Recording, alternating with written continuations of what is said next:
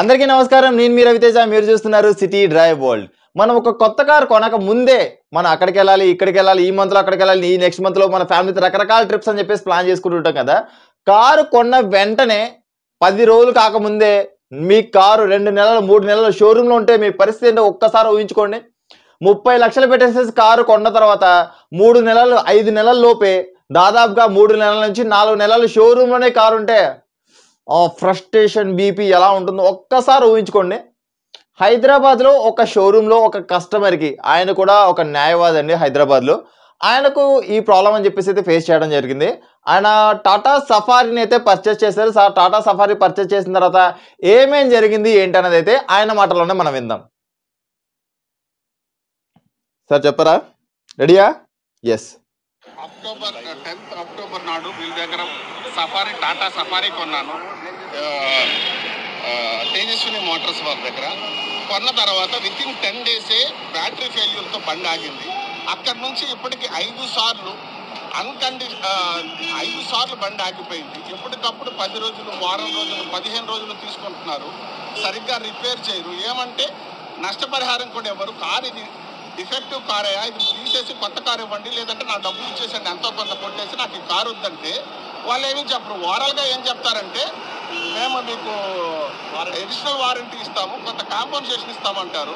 ఈమెయిల్లో అట్లా కాకుండా మేము ఎప్పుడో రిపేర్ చేసేసాము, మేము టెక్నికల్ స్నాక్ని అరెస్ట్ చేసాము, ఇకపై ఇదేమీ జరగదు అని చెప్తారు. ఓవరాల్గా ఇన్ రైటింగ్లో రాసివ్వండి, నేను తీసుకెళ్తాను, నేను లాంగ్ డిస్టెన్స్కి వెళ్ళాలి, ఈ వెహికల్ పనికిరాదు, ఎప్పుడు ఆగిపోతుందో తెలియదు. ఒకరోజు స్కూల్లో ఆగిపోయింది సార్, ఓ రోజు ఇంటి దగ్గర ఆగిపోయింది, ఎప్పటికప్పుడు ఆగిపోయింది. 5 టైమ్స్ సార్ ఆగిపోయింది. నేను స్పాన్ ఆఫ్ 5 monthsలో 3 months వాళ్ళ దగ్గరే ఉంది కారు. మీరు ఎందుకు ఇట్లా చేస్తున్నారు అంటే మమ్మల్ని షోరూమ్ నుంచి బయటికి తోసేస్తున్నారు. నేను నా ఎక్స్పీరియన్స్ రాశాను, కానీ ఇందులో ఏం తప్పులు రాయలా. What is the factual aspect has been printed on a piece of paper and I'm distributing to the people. అది చెయ్యొద్దు అంటారు. వాళ్ళ షోరూంలోకి నన్ను అడుగు పెట్టొద్దు అంటారు. నేను కస్టమర్ని, నన్ను షోరూంలోకి రానియట్లేదు వాళ్ళు.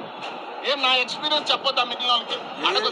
ఏరియా ఏ షోరూమ్ ఇక్కడ తీసుకున్నారు? ఇది మాదాపూర్ ఫ్లైఓవర్ పక్కన ఉన్న తేజస్విని మోటార్స్ సార్.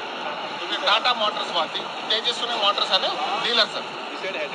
ఈయన మిస్టర్ రాజు గారు అని, ఆయన నా ఫోన్ ఎత్తారు, ఎవరు ఫోన్ ఎత్తారు. ఇప్పుడు ఏమంటారంటే మీరు రండి టాటా షోరూమ్ పదండి, బొంబాయి వెళ్ళండి, మాట్లాడండి, మాకేం సంబంధం ఉంటా, మేము ఓన్లీ కార్ సెల్లర్స్, మేము వీఆర్ నాట్ ద మ్యానుఫ్యాక్చరర్స్ అంటారు. మేము ఇది ఇస్తుంటే లాగేసి మమ్మల్ని బయట తోసేసి మా వాళ్ళు సెల్ ఫోన్లు కూడా లాగేసుకున్నారు వాళ్ళు. ఇది వాళ్ళు చేసే పద్ధతి సార్. కస్టమర్ అంటే విలువే లేదు వాళ్ళకి. సరే సార్, జస్ట్ మాకు ఒక కొంచెం టైం ఇవ్వండి. దీనికి సంబంధించి ఏం చేయొచ్చు, ఎలా చేయొచ్చు అనే దాని గురించి అయితే మీకు ఒక క్లారిటీ ఇస్తాను. ఫస్ట్ ఆఫ్ ఆల్ మీరు చెప్పిన మాటలు నాకు అర్థమైంది ఏంటంటే మీరు ఇక్కడ చాలా బాధలో ఉన్నారు. లైక్ ఒక కారు కొన్న తర్వాత 30,00,000 పెట్టేసి కారు కొన్న తర్వాత 5 నెలల్లోనే 3 నెలలు దాదాపుగా షోరూంలో కనుక లేదా సర్వీస్ సెంటర్లో కారు ఉంటే ఎవ్వరికైనా కూడా ఫ్రస్ట్రేషన్ కాదు, ఏదైనా వెళ్ళి చేసేద్దాం అన్న ఒక ఇదైతే ఉంటుంది. బట్ మీరు ఇంకా పేషెన్స్గా సర్వీస్ సెంటర్లో 15 రోజులు, 20 రోజులు అని చెప్పేసి పెట్టి ఇంకా పేషెన్స్గా అని చెప్పేసి చేస్తున్నారు. అండ్ దీంతో పాటు కూడా వాళ్ళు చెప్పిన మాట ఏమని చెప్పారు, we are only dealers, we are not manufacturers. ఒకటి, మీరు కొన్నది మ్యానుఫ్యాక్చరింగ్ కంపెనీ నుంచి కొన్నారా, మ్యానుఫ్యాక్చర్ లేకపోతే డీలర్ నుంచి కొన్నారా?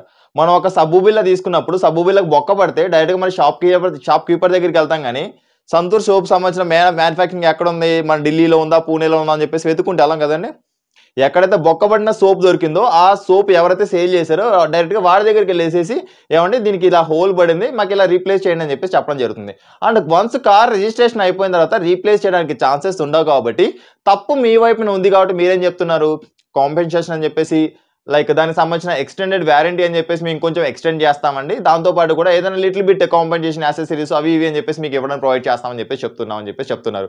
అండ్ దట్టు ఏంటి, కస్టమర్ని లోపలికి రానివ్వట్లేదు, తోసేస్తున్నారు అండ్ వాళ్ళ మొబైల్స్ లాక్కుంటున్నారు. ఈ రైట్ మీకు ఎవరిచ్చారు?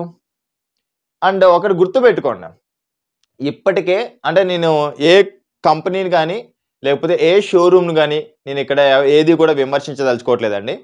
కస్టమర్ అన్నవారు ఫైనల్గా ఎండ్ ఆఫ్ ది డే మీకు దేవుడు, నాకు దేవుడు, నా ఫాలోవర్స్ నాకు దేవుళ్ళు, మీ కస్టమర్స్ అన్న వాళ్ళు మీకు దేవుళ్ళు. వాళ్ళు లేకపోతే మీరు అంతమంది స్టాఫ్ని పెట్టేసేసి ఎలా నడుపుతారండి షోరూమ్ని? Okay, clear. అండ్ ఆయనకు సంబంధించిన సార్ ఇంకొక విషయం మీరు చేయకపోవడం ఏంటంటే, వెహికల్ తీసుకున్న వెంటనే పీడిఐ అన్నది ఒకటి ఉంటుంది సార్, ప్రీ డెలివరీ ఇన్స్పెక్షన్ చేసుకోకపోవడం వల్ల మీరు ఏదైతే చెప్పిన కంపెనీలో చాలా మ్యానుఫ్యాక్చరింగ్ డిఫెక్ట్స్ అని చెప్పేసి బయటపడ్డాయి.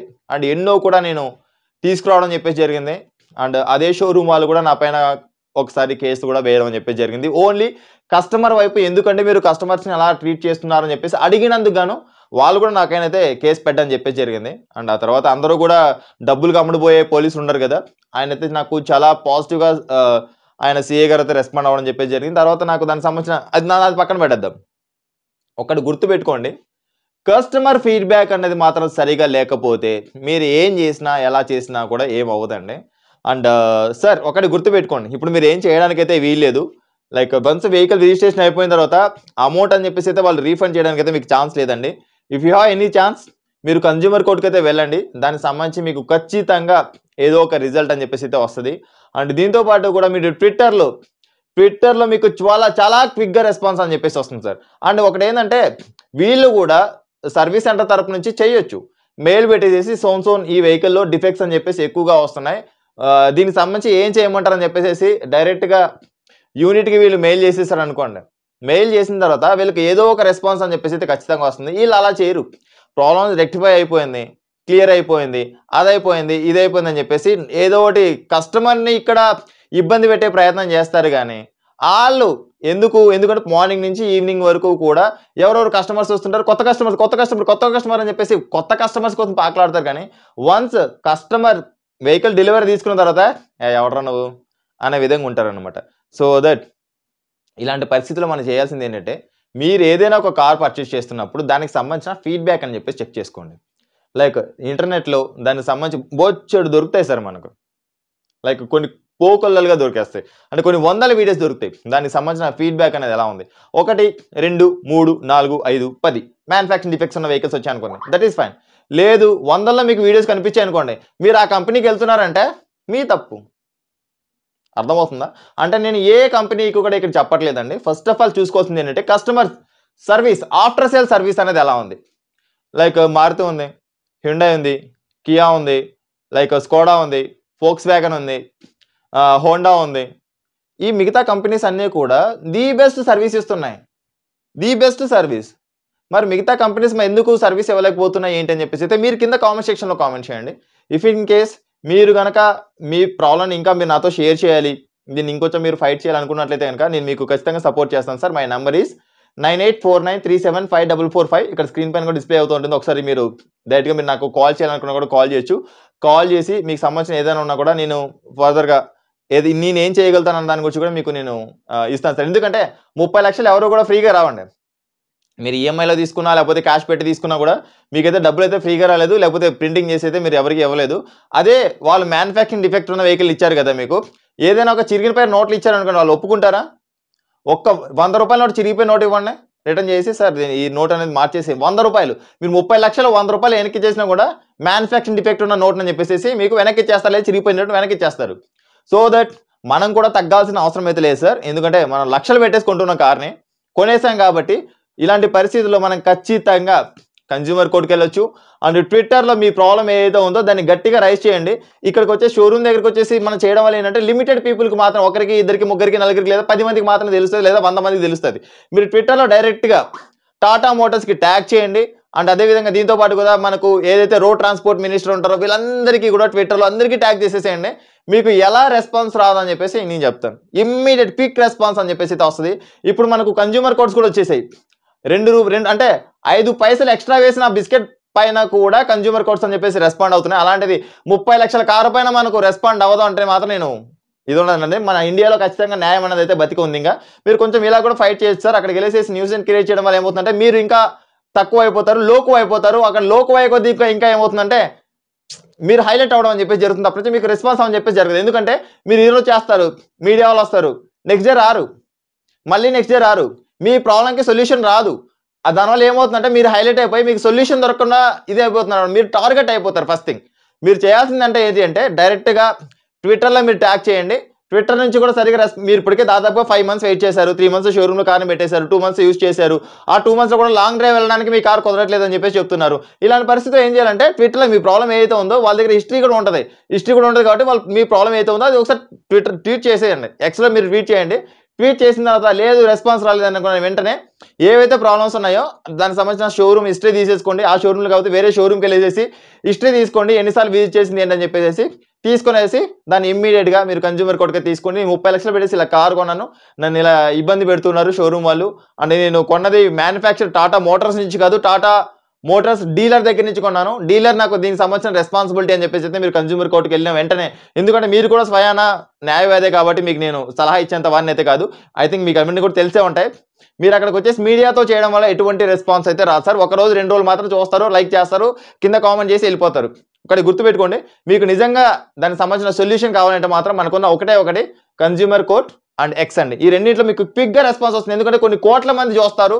అండ్ దట్టు ఏంటంటే ఒక్కసారి గట్టిగా దెబ్బ పడింది అనుకోండి, ఇంకొకసారి వేరే వాళ్ళు చేయడానికి కూడా భయపడతారు. అయితే మీకు ఎప్పటికే క్లారిటీ వచ్చిందని చెప్పేసి అనుకుంటూ ఉన్నా.